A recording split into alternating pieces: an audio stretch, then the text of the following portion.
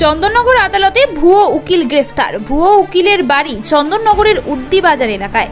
শেখ সাহিল নামে একজনকে গ্রেফতার করেছেন চন্দননগর পুলিশ কমিশনারেটের চন্দননগর থানার পুলিশ। তার বিরুদ্ধে অভিযোগ, তিনি কোনো উকিল বা মোহরি নন, নিজে একটা ফেসবুক অ্যাকাউন্ট খুলে উকিলের পরিচয় দেন। এরপর সেটা চন্দননগর আদালতের বার অ্যাসোসিয়েশনের নজরে আসে।